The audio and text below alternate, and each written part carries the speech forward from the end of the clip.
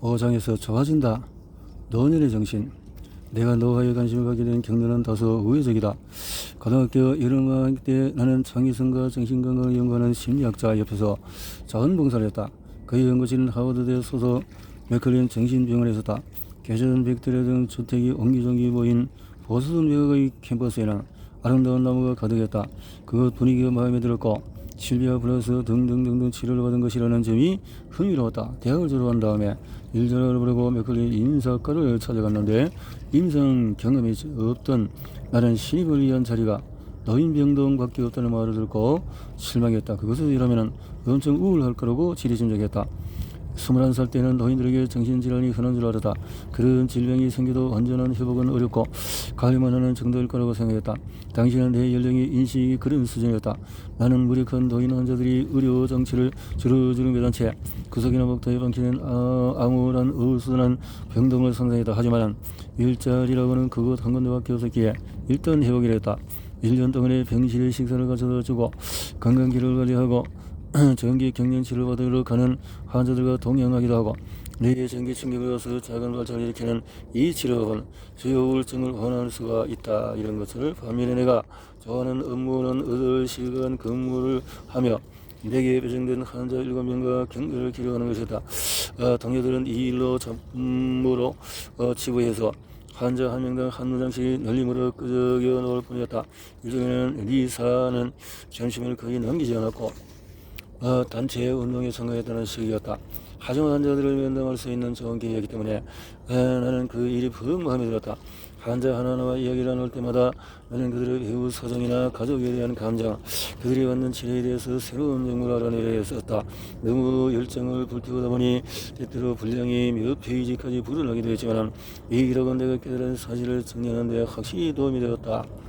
병원 강의들은 거의 매주 회의를 열어서 각 환자에 대해서 10가지 이상의 관점에서 의견을 교환했다. 간호사, 사회복지사, 정신과 의사, 임상심리학자. 그래서 이런 회의에서 나는 우리의 정신건강이 다양한 요소의 미묘한 상호작용에 달려있다는 사실도 배웠다. 요즘은 어느 고령의 중국 여성은 극심한 불안의 원인이 전통의학 의사에게 전달받는 것을 받고 그를 신뢰하지도 않는 전이를 때문이라고 주장했다. 서양의 의사들은 대개 중국 전통의학의 효과를 부인하지만 맥클린은 치료제는 그리하지 않았다.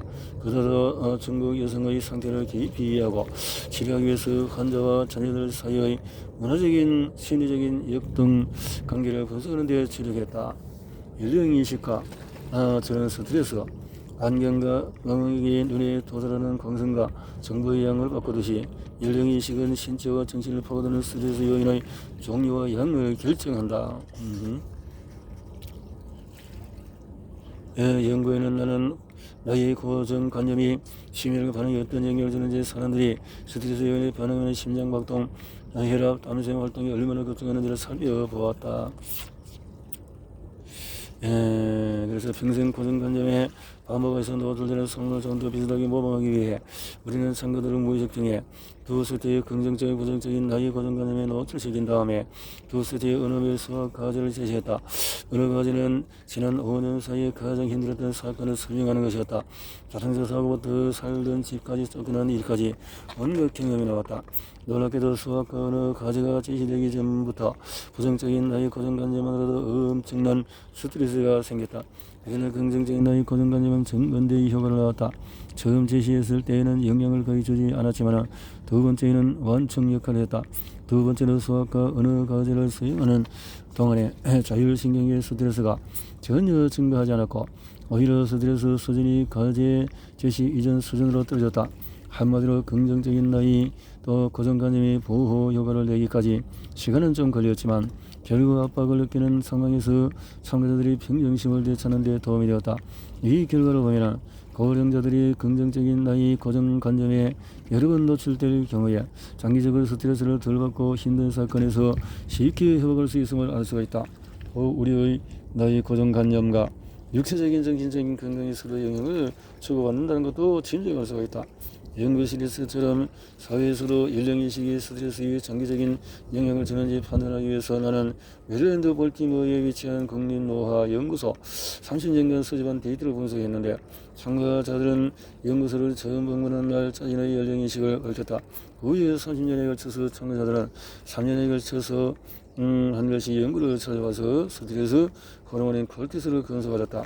아주 옛날에는 그렇듯이 특정량의 콜티솔은 유익하지만 양이 지나치면 신체에 손상을 입히고 끝까지 나쁜 영향을 준다. 예상대로 연령인식은 사람들의 콜티솔 수치에 상당한 영향을 미쳤다.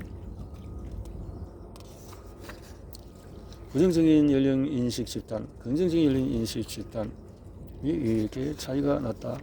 부정적인 연령인식과 정신건강에 이렇게 차이가 난다는 건데요. 브레트의 그림자, 노인들이거나 완고해서 정신건강 문제가 생겨도 치료가 힘들다는 고약한 고정관념은 정신분석의 창시적인 지금부터 프로이트까지 거슬러간다. 그런 노인 환자를 치료하겠다는 치료사들을 말렸다.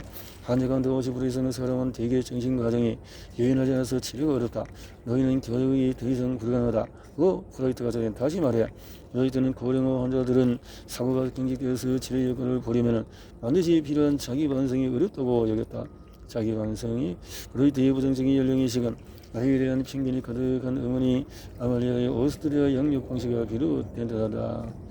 프로이트는 전기를 쓴 존스의 아말리아를 이렇게 묘사한다. 90살의 아말리아는 아름다운 시골을 선물받고도 그것을 걸치면 자신이 너무 늙어 보일 것이라고 선물을 거절했다.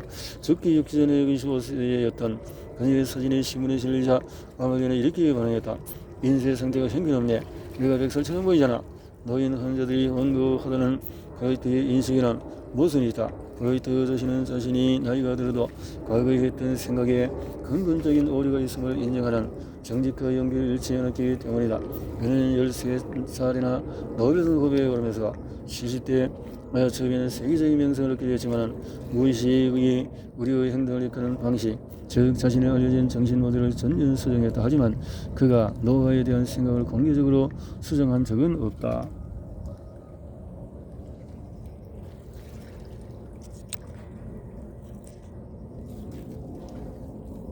노화에 대한 그 생각이 수정되지는 않았다는 거죠. 저기서 배터리가 다 돼가나?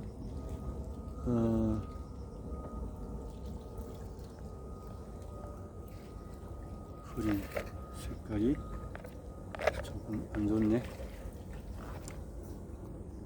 정신건강 노화에 대한 견해를 들어보고 나이가 들었기 때문에 라는 그 생각들, 그 사람의 그의 인생을 펼쳐보면서 강한 동기, 노인들의 치료 효과가 더 크다는 대너의 임성적 관찰은 과학으로도 뒷받침한다. 그냥 노인들은 원래 완고하다 이 생각이 문제라는 거죠. 숱한 다른 문제들처럼 문제들 일찌감치 교육에서부터 비롯된다. 그래서 저는 노인 환자들이 일단 약물부터 투여한다. 그래서 미리부터 그 약물로 이부등 많은 선진국에서 급증하고 있는 영리 목적의 장기요양 시설에서 약물 오남용이 특히 흔하다. 고령 환자의 정신건강 문제로 가서 진단하거나 오진하는 형태는 의료 전문가가 노인의 증상을 대수롭지 않게 취급하는 경향에서 비롯된다. 노인들이 적절한 정신치료를 받지 못하는 데는 부실한 정부 정책도 있다. 정부 정책. 정신건강 관리 분야의 구조적인 연령차별은 개인의 부정적인 연령인식처럼 뒤집을 수 있다. 나도 처음에는 맥클린은 노인병동에서 일하는 것을 꺼렸다는 거 기억하는가? 노인병동에서 그들이 이야기하는 통찰과 유머가 가득했다. 평생에 걸친 인간의 발달, 대학원 시절에 나는 정체적 위기라는 용어를 만든 망명 심리학자 에리슨이가 친하고 지냈다. 내가 수업을 듣던 하버드대 윌리엄 제임스 홀에서 자전거로 10분 거리면서 주제저 케임브리지에 에리 앤드 존 에릭슨 센터가 있다.